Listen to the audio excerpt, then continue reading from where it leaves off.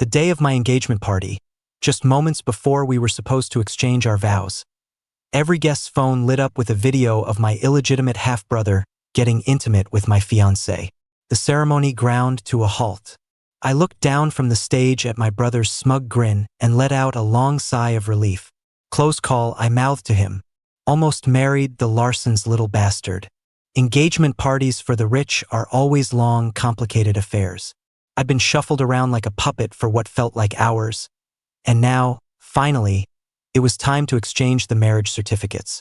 And now, Mr. Cain, you may exchange vows with the love of your life. The officiant's cheerful voice rang out. Standing on the stage, I glanced at the time. It was about when Caleb's people were scheduled to make their move. Right on cue, just as the flower girl handed me the certificate, a wave of gasps and murmurs rippled through the crowd below. What is this? This can't be real, can it? I never knew the Larsson girl was so wild. Looks like she wants them both. Well, isn't this perfect? Caleb was the one who was supposed to be with her in the first place. Who knows what dirty tricks Carter pulled to steal the engagement. Now the star-crossed lovers can finally be together. Exactly. Look how pale she is. She must be furious about Carter's scheming. Listening to the whispers behind me, I saw Mr. and Mrs. Larsson's polite smiles begin to crack. Their personal assistant hurried over and handed them a phone. I glanced over from a distance. It wasn't the first time I'd seen it, but the filthy images on the screen still felt like a punch to the gut. He wanted to see me lose my mind? Fine, I'd give him a show. My insanity would be an act, but his suffering would be very, very real. I shot a look at Caleb, who was grinning triumphantly in the crowd. After mouthing one last thing to him, I went berserk, storming off the stage and snatching the phone from Mrs. Larsson's hand. Caught off guard, she couldn't stop me. I stared at the screen, then looked up at Emily, my eyes red and my fingers trembling, unable to speak a word. Putting on a show of struggling to control my rage, I crumpled the marriage certificate in my fist and strode toward the front row corner where my dear brother, Caleb, was sitting. I slapped him hard across the face, twice, then grabbed his jaw and shoved the wadded-up paper into his mouth. Since you're so willing to debase yourself for my fiancée, how could I, as your older brother, not help you out? Before Caleb could even spit out the paper, my expression went cold. I let out a humorless laugh. I had no idea Miss Larsson had such hobbies. I can't say I approve. I'll be taking my leave. With that, I ripped the lavalier mic from my suit jacket, tore off the boutonniere, and walked out. Everyone seemed stunned by my performance. They didn't snap out of it until I was already out the door. By the time they rushed outside to try and talk me down, all they got was a face full of exhaust as Jack deliberately burned rubber before peeling out. As the bright red supercar sped down the road on the outskirts of the city, I was already busy on my phone, sending the video to every gossip blog and clickbait account I could find. By the time we pulled into the driveway of Jack's villa, the story was already starting to blow up on social media. I kept refreshing the page, watching the view count on the topic skyrocket.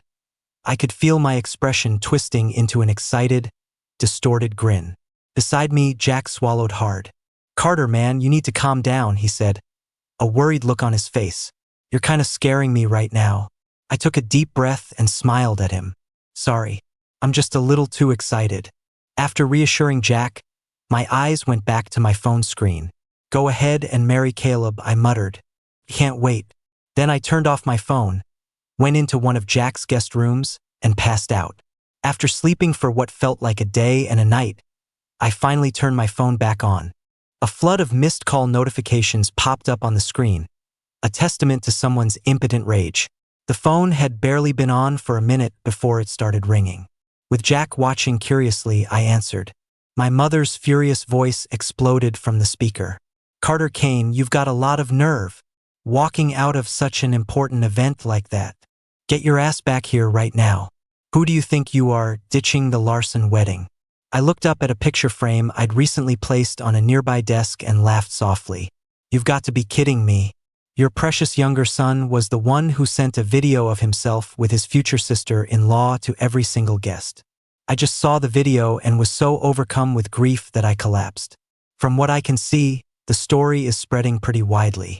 Shouldn't you be helping your son instead of wasting time calling the bastard you left to rot? I heard the sound of something heavy crashing to the floor on her end of the line, but I ignored her tantrum. As far as I know, Mr. Larsson is the one in charge of their family, right? I heard he smashed a wine glass right at Caleb's feet. Seems he wasn't too pleased with his new prospective son-in-law, was he? The line went silent, and I hung up. According to the informant I'd left at the party, Mr. and Mrs. Larsson's faces were as black as thunder when they left, and they didn't spare Emily a single glance. Emily, who had had a charmed life until now, had no idea how to handle the situation and just stood frozen on the stage. It was the officiant I'd hired who had to scramble to smooth things over and end the ceremony. A perfectly good high society engagement party ended in a complete farce. While the guests didn't say anything to the Larssons' faces, their hushed whispers as they left made their opinions clear. And when the whole fiasco was finally over, Emily actually left with her arm linked through Caleb's, getting into the same car. Seeing my expression begin to twist again, Jack popped a grape into my mouth. What if the Larssons find out you were the one who leaked the video? I swallowed the grape. They won't. I wasn't the one who sent it. I just gave my dear brother a little nudge. Jack paused for a second, then understood. He handed the fruit platter to me. That's my Carter. So smart. Here's your reward. I didn't say anything else, just looked down at my phone, watching the trending topics about the scandal already starting to disappear. It seemed the Larssons still cared about their daughter, cleaning up her mess even after a disaster like this. But a scandal like this is like tire tracks in the snow. Unless another blizzard comes, you can't cover them up. What's done is done. It always leaves a mark. In my hazy memory, my father was once a world-famous jewelry designer. The Cain family had been in the business for generations.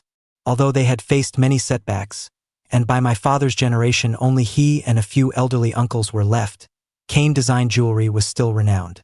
For many high society events, wearing a Cain piece was your ticket in. Those were the glory days for the Cain family. It was also when my mother, Vivian, successfully married into it. At the time, she beat her chest and swore she would treat my father's family as her own. But as soon as my father and his uncles passed away and the family business fell into her hands, it immediately went into decline. How could a vain, superficial woman obsessed with fame and fortune ever have the skill to run a family business built on generations of design artistry? When my mother first married my father, they were deeply in love. The family elders were all lifelong craftsmen with simple minds.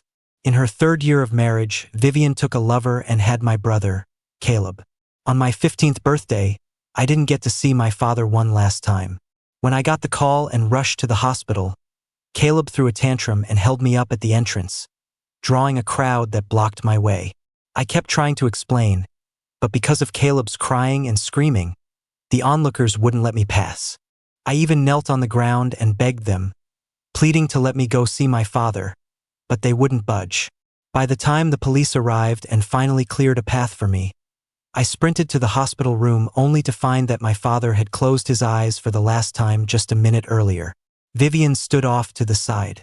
When I confronted her, she simply picked up Caleb and said flatly, "Caleb didn't mean it. You're the older brother, don't be so petty." My hands and feet went cold as I held my father's still warm hand. While I was handling the funeral arrangements alone, she moved her lover into our home and started playing the part of the glamorous family matriarch. At first, the man wanted to kick me out of the house, but Vivian still had some sense back then. She wasn't a complete, fatuous idiot yet. She realized that kicking out the legitimate Cain heir right after taking over would create a huge scandal, so she sent me to study abroad as a pretense. In reality, she just pushed me far out of her sight, picking the worst possible school and major, just to have me out of mind. Fortunately, she underestimated me so completely that after sending me away, she never bothered to check on me. That allowed me to use my own hard work and the trust fund my father left me to claw my way into the top jewelry design program in Europe. It took 15 years before she finally remembered I existed and repeatedly contacted me to come home, for the sake of a family marriage alliance. Vivian was just that incompetent. In only 15 years, She had squandered almost the entire Cain family fortune. The Larsson family, who had risen to prominence as the Cains declined, had their eyes on the last few remaining assets the Cains held and proposed a marriage alliance.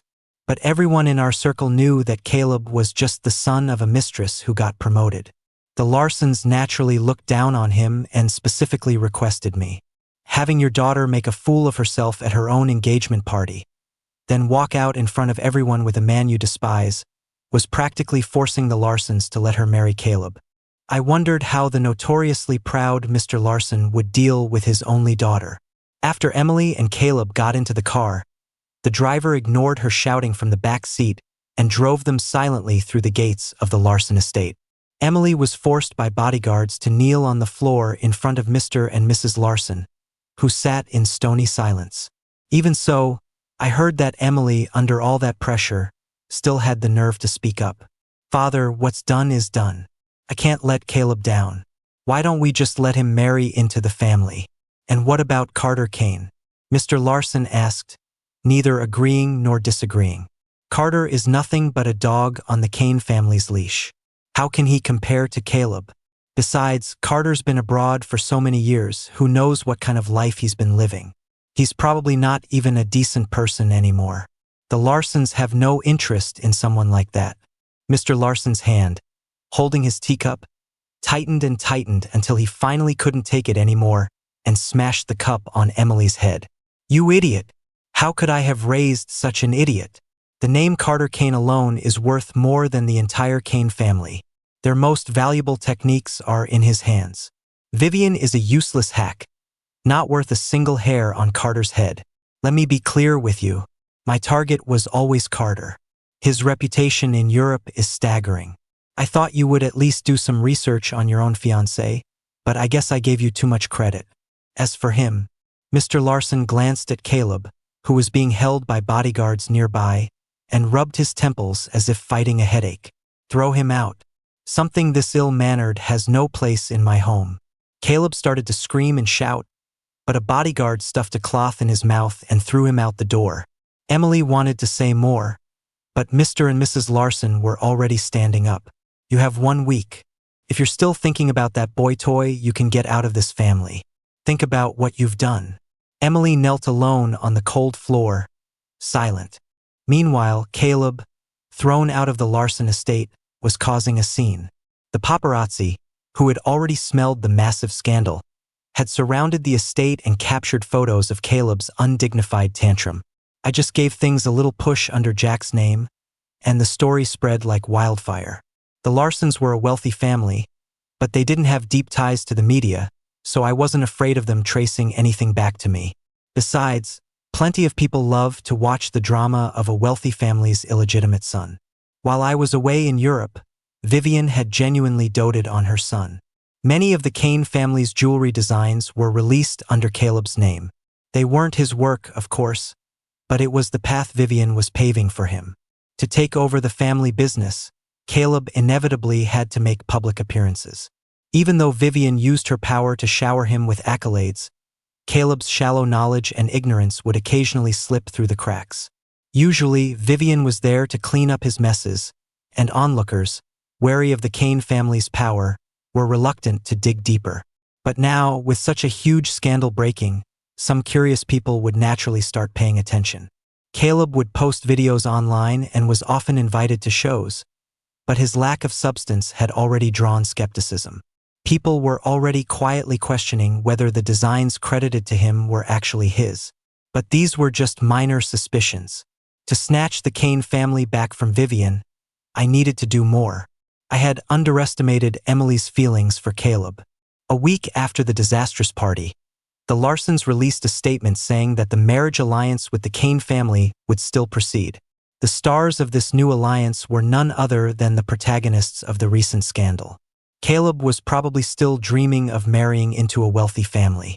After all, everyone knew that Mr. Larsson had been injured saving his wife years ago and could only have one child, Emily.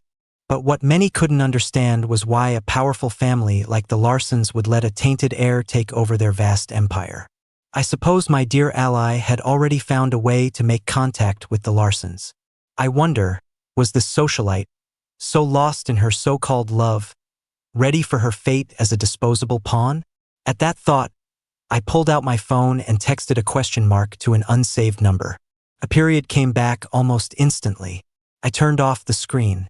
The show was about to begin. The Larssons, ever concerned with their reputation, spent a fortune to scrub all the videos of Emily and Caleb from the internet. When I got the news, Jack handed me a bank card. We agreed 50-50. This is your half. You can't say no. I casually tossed the card aside and reached for the fruit platter Jack was holding. Jack snatched the platter back, shielding it with his arm. Don't worry, it's already taken care of.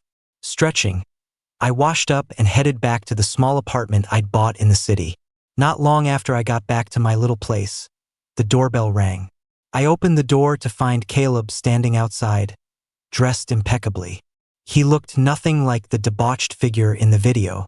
His eyes scanned my apartment through the crack in the door before he smiled and handed me an invitation. It's my and Emily's engagement party in half a month. It's such an important occasion, you have to be there. Mom is still furious that you ruined the last party, but if you just bow your head and apologize, maybe she'll be in a good enough mood to let you come home. Caleb's eyes crinkled with a smile, his tone dripping with unconcealed glee. I took the invitation, slowly tore it to shreds, then took his hand and gently placed the pile of confetti into his palm. Of course, my dear brother, I'll be there. Your engagement party wouldn't be complete without my blessing, would it?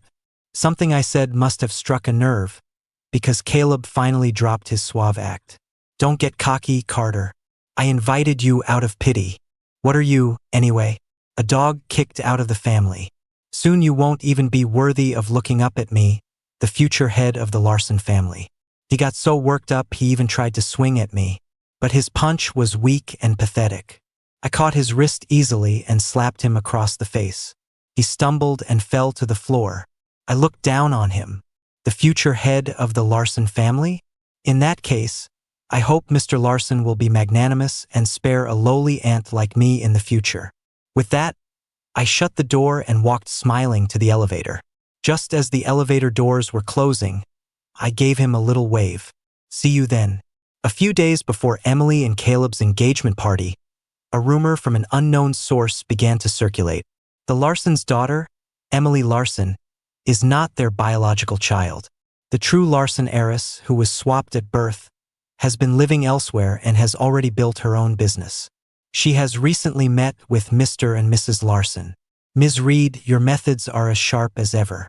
No one can even trace the source of these rumors. In a private room, a beautiful and capable woman sat with her arms crossed, smiling at me. I took a sip of the coffee on the table. I've done my part. How are things progressing on your end, Ms. Reed? Isabella Reed toyed with a small pocket watch. She heard my question but didn't answer right away. She opened the watch, glanced at it, touched the surface gently with her fingertip, and then slowly closed it. After all these years as our little alliance of strays, you still don't trust my abilities? I rolled my eyes. I still don't know how you came up with a name like that. Isabella Reed, the CEO of Reed Corporation, was someone I met by chance while studying abroad.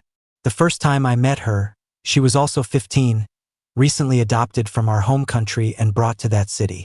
Although her adoptive parents were kind to her, she was still bullied as a young girl in a foreign land.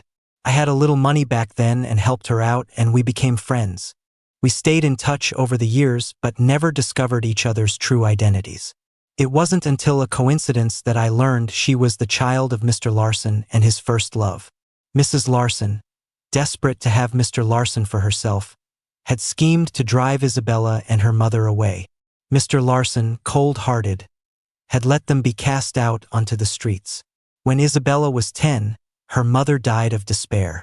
She was adopted by a couple who brought her to the city we both disliked. Later, her adoptive parents died in an accident. She took over their business and, step by step, built a small company into the Reed Corporation of today. I've already tampered with the DNA samples sent for testing.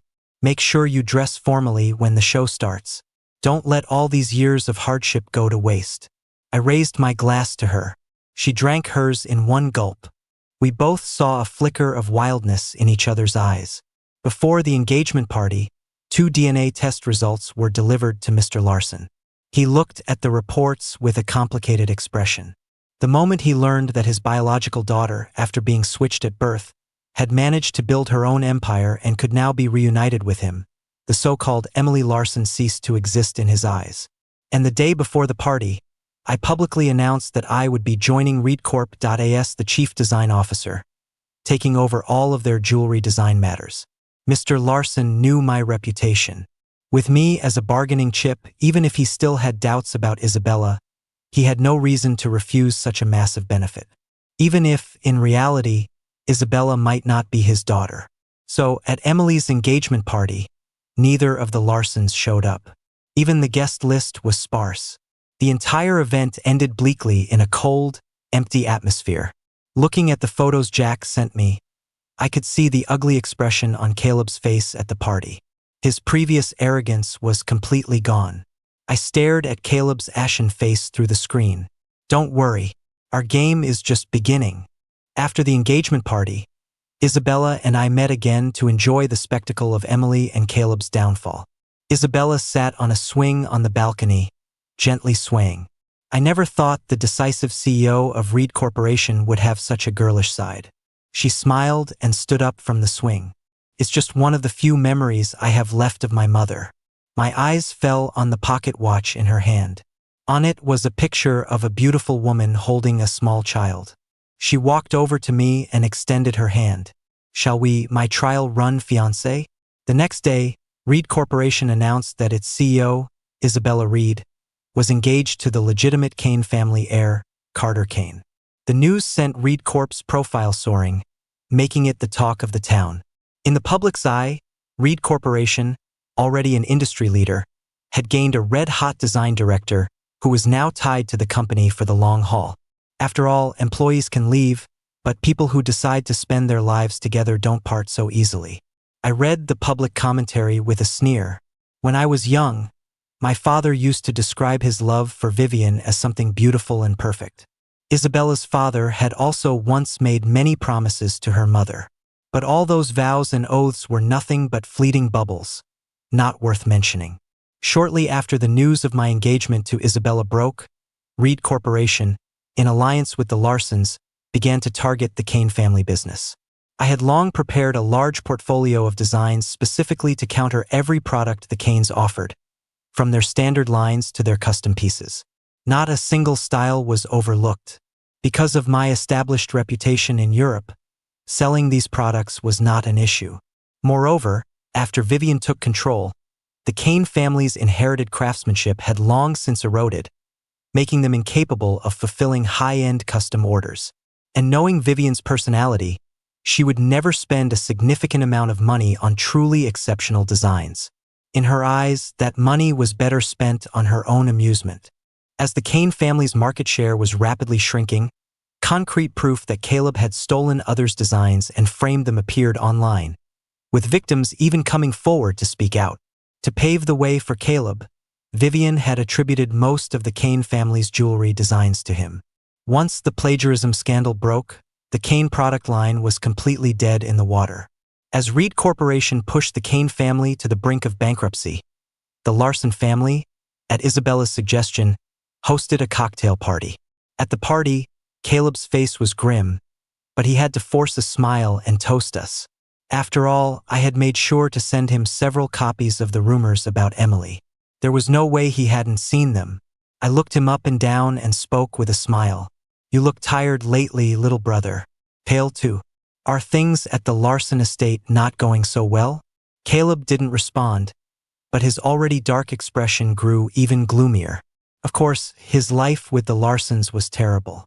Even though he was engaged to Emily, in Mr. Larsson's eyes, Emily was nothing but a second-rate daughter, the bastard child his wife had from a previous affair. He naturally wouldn't show her any kindness. Furthermore, the scandal from Emily's original engagement party with me, though gradually covered up, was still used by rival families to mock the Larssons. Now, the nearly bankrupt Cain family couldn't offer Caleb any support instead. They constantly pressured him to ask the Larssons for financial aid. Of course, he couldn't get a single cent from them, After all, the Larssons had a hand in the Cain family's current predicament. I offered my arm, and Isabella elegantly took it. By the way, you must come to my and Isabella's wedding soon. Seeing your face there will make my own wedding feel complete. Isabella gave them a slight nod, but her dismissive attitude made Emily's face change as well. However, wary of Isabella's status, Emily didn't dare say anything. Seeing her restrained expression, I knew she was still unaware of the rumors spreading like wildfire outside her bubble. It made sense. The arrogant Emily never had many true friends. Now, everyone was just waiting to watch her downfall, so of course, no one would tell her the truth. Smiling and waving at Emily, Isabella and I moved on to greet other guests, not sparing them another glance. After the party, Reed Corporation intensified its assault on the Cain family. My phone rang incessantly with calls from Vivian, undoubtedly begging for mercy, but I couldn't be bothered to answer. I got a new number, left my old phone charging in my small apartment, and paid it no more mind. Unable to reach me, Vivian could only continue to pressure Caleb. Caleb, with no other choice, had to ask Emily for help. But to his surprise, while Emily appeared glamorous, she had very few assets of her own. Although she truly cared for Caleb and gave him what little she had left, it was a drop in the bucket compared to the massive deficit of the Cain family. Caleb kept asking for more money, but Emily truly had nothing left to give. Even a deeply loved person becomes tiresome when they make endless demands, especially when those demands are impossible to meet. Emily's attitude toward Caleb worsened, and their relationship became a ticking time bomb, waiting to explode. Since they had already come this far, I saw no reason not to give them a little push. Isabella signaled to Mr. Larsson her willingness to officially rejoin the family.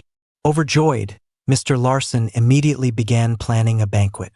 During this time, several victims suddenly released a joint statement, claiming to be Larsson Group employees. They alleged that Emily had used her status as the Larsson heiress to coerce them into sexual relations, threatening their jobs to keep them silent. Some of them had even become pregnant with Emily's children, but Emily had disgustedly declared that such children were unworthy of the Larsson name and had them forcibly aborted. The news sent the Larsson Group stock price plummeting. Mr. Larsson had Emily dragged back to the family estate overnight.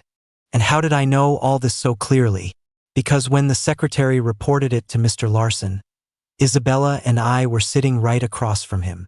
When Emily was dragged in and thrown onto the floor, I stood up and looked at her quietly. Well, if it isn't the great Miss Larsson. I never knew you were such a scumbag. No wonder you and my brother got along so well. You're drawn to each other, I scoffed. Emily looked up and met my gaze. Carter Cain, what are you doing here? I smiled, walked over to Isabella, and clapped her on the shoulder. You haven't heard? This is your older sister. Your identities were swapped at birth. Now, Isabella is the true Larsson heiress, and you, Emily, are just the bastard who usurped her place. Hearing my words, Emily began to struggle wildly on the floor. Impossible. I'm the Larsson heiress. Who the hell is Isabella Reed? Impossible. Absolutely impossible.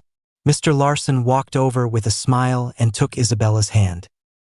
He glanced with disgust at the pathetic figure of Emily on the floor, the custom watch I had recently given him gleaming on his wrist. Truly worthy of being my son-in-law. Such brilliant talent. He looked at me, his eyes filled with satisfaction. After that initial glance, he didn't spare Emily another look. When the pointless conversation finally ended, Emily struggled to her knees and looked at Mr. Larsson. At her voice, Mr. Larsson finally looked at her a second time. He sneered. Emily, I originally thought that since I raised you for so many years, even a dog would inspire some affection. If you had behaved, I had enough spare cash to support you for life. But not only did you ruin my family's reputation to marry that boy toy, you also brought this shame upon the Larsson name. As he spoke, Mr. Larsson's eyes grew colder and colder. Throw her out.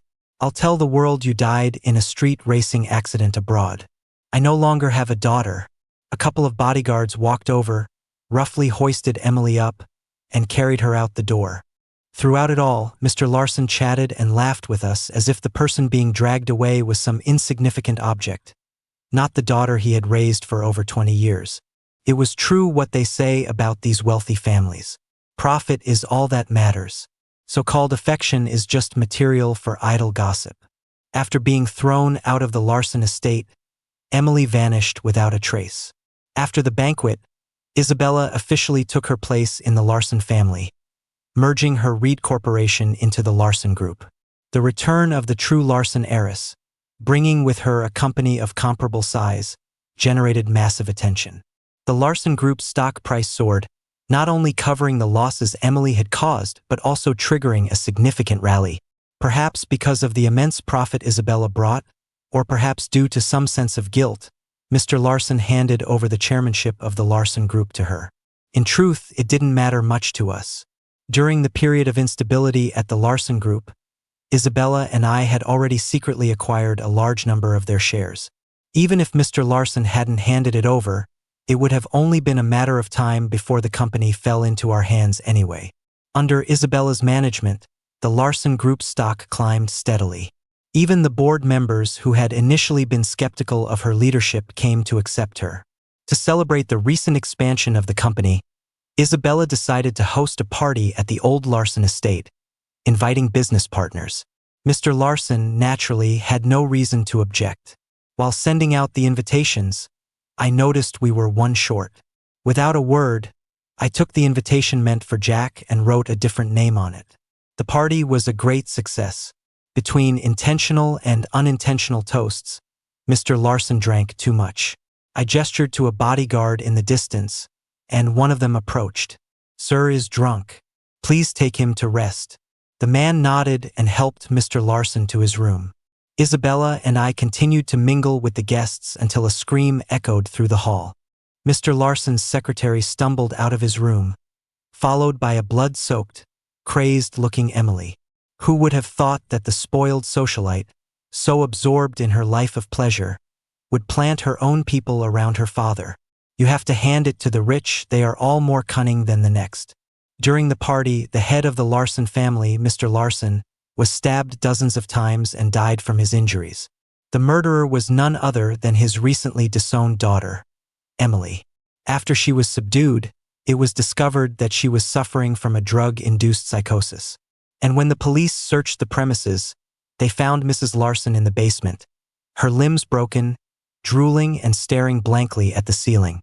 After Isabella and I finished our interviews, the lead detective sighed heavily but said nothing.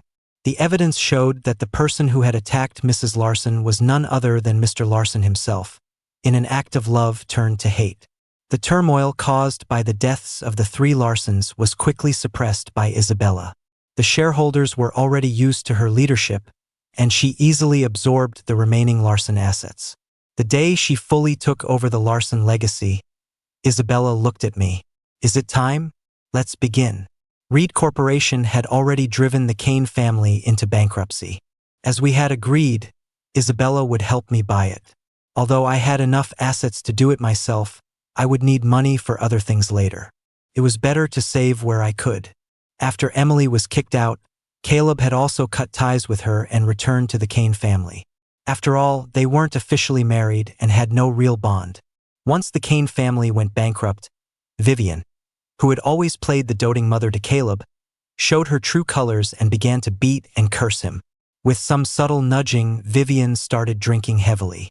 Soon after, she became addicted to gambling and quickly lost all her money. At this point, the money from the acquisition of the Cain family assets came through. Vivian went on a gambling spree, convinced she would win it all back. But the house always wins. Soon, Vivian had lost her entire share. Because she had personally transferred a large number of shares to Caleb, she knew he still had a considerable amount of money.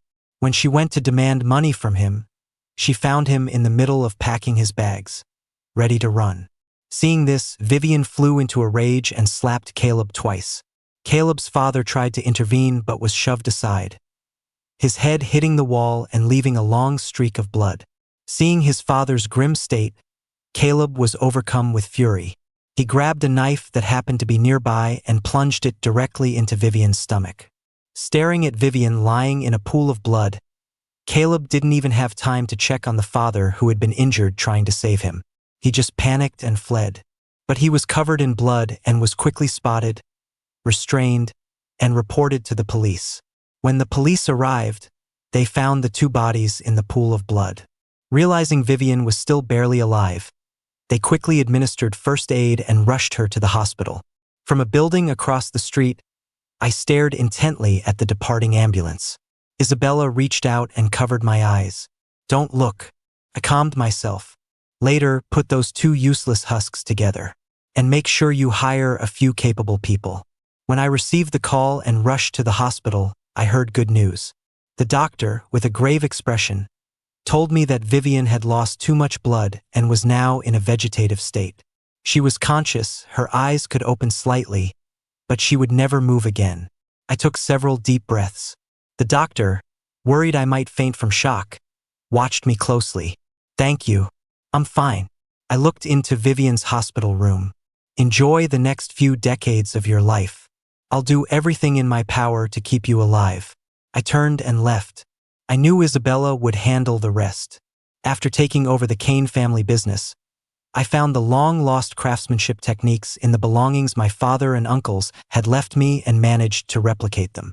The senior executives at the company pretended not to notice my return.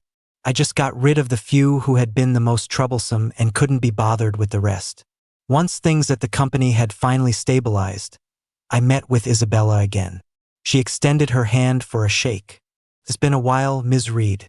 It's been a while, Mr. Cain." She smiled and finished the wine in her glass.